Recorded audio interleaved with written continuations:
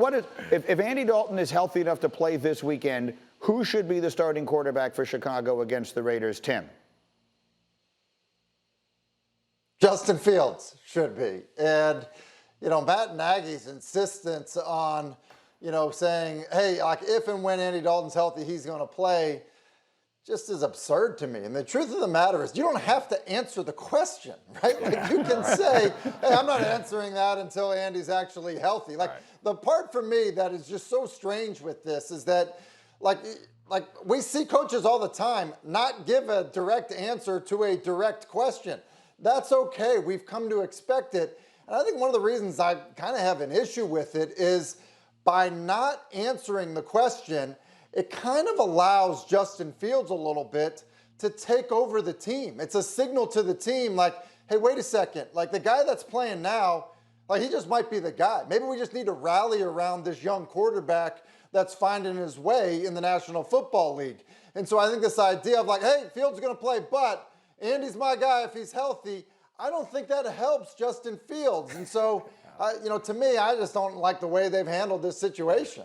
I mean, frankly, it feels kind of like madness to me, but we all have been talking about how crazy it has been for 3 days now, or more than that probably since the preseason with Nagy. So I don't think that there's anything to be gained by that. So maybe he's just on the 4D chess, and he is putting Justin Fields in a situation where there's no pressure on him. We're all talking bad about Nagy. And again, to Tim's point, that in the locker room, there is something happening. We're not in there, so we don't know. So the guys in the locker room have a feeling about someone. And it could be have a galvanizing effect when everyone's in the locker room's like, man, coach don't believe in you, but I do. So maybe this is Matt Nagy thinking ahead. They're going to win the Super Bowl, coach of the year. 10 Super Bowls later, we're going to say Matt Nagy's a genius. Yeah, I'll take the under on most of that. Let me go to Booger here because I feel, Boog, following you on Twitter and just knowing you as I do, that you have a slightly different perspective than what seems to be the consensus on this show. What do you think of it all? Well, everyone seems to just say put Justin Fields in there and he's the best guy. Well, maybe not just yet. He's the most talented quarterback without a doubt. And Greeny, just look at the two performances so far and just juxtapose those. The first time that Justin Fields got to start, he was awful. And we can blame the play call and we can talk about the difference between Nagy and Laser. But here's what I know. And Tim, you can back me up on this one. You have a receiver who runs an 8-yard curl and the ball goes 6 yards over his head. It doesn't matter the play call. That's not a play call. That's a quarterback that's being inaccurate. When you have Darnell Mooney on a post route for a touchdown with a clean pocket and the quarterback misses that throw, that's on the quarterback. Now, he played outstanding this past week. So when you juxtapose the two performances, you can see why there's some hesitancy in the building to play the young quarterback because you're going to get some really good performances and then some are going to be really bad. Here's what I think is happening inside that building. Matt Nagy understands that he needs to win enough games to solidify and keep his job. Well, who gives him the best chance to win those games? The veteran quarterback in Andy Dalton. But here's the problem.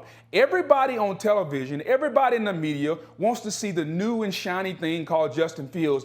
And we're willing to deal with Justin Fields getting his head knocked off. We're willing to deal with Justin Fields overthrowing receivers. We're willing to deal with Justin Fields missing touchdowns because we know that that will make Justin Fields better in the future. Well, guess what? Matt Nagy may not be here for that future. Matt Nagy might be gone if he doesn't win enough games. So he's trying to serve two masters. Matt Nagy likes his kids going to their private school, Nick. Well, guess what? I think if he don't win more than about 7 fine, games, but his kids not going to their private school. There are two things that I disagree with you on. One thing is like, yes, Justin Fields has been inconsistent, but we have to agree he's trending upwards. If your young quarterback is trending upwards, pulling him out does not After seem this like past the week, right sure. answer. And then the second thing I would say is Matt Nagy doesn't need to win games necessarily to keep his job. Matt Nagy needs to show that he's the one that can develop Fields. So I think that's his chance of keeping his job. No one in Chicago is expecting to win a Super Bowl this year. They're looking for the person who can make Justin Fields into the best quarterback that he can be. So it makes sense to me to get Fields out there, even if you're Nagy, even if you lose a few games. Because if you get to the end of the season and you put together 4 games in a row at the end of the year where Justin Fields looks like he could be an all-pro type player, you know who they're not going to get rid of? The head coach. Bring him back. Keep developing that dude that way. Go ahead, Boog. That's what it boils down to for me. Boog, you look skeptical. Hey, listen, you can develop all you want to. If Matt Nagy winds up 4-13. You telling me Matt Nagy is going to be the coach next year? Come on, Neek. This is a results-based business. He got to win some games, man. He is not on a trajectory to have this job next year either way, so you better try something. Let me give Tim a quick final word. Go. I agree with Dominique, actually. If the quarterback is trending in the right direction, if you're getting him to play well, after what we saw against Cleveland, if he is going in the right direction, it's going to be very hard for that organization to have a meeting at the end of the season and say, do we really want to scrap this and start over? Like, do we want to do that? He looks like he's going the right direction in improving. We've seen it with our own eyes with Matt Nagy and Bill Lazor. Like that's the issue, I think. So, look, you get better by playing. I keep saying it over and over. You get better by playing. That's why I think he needs to play.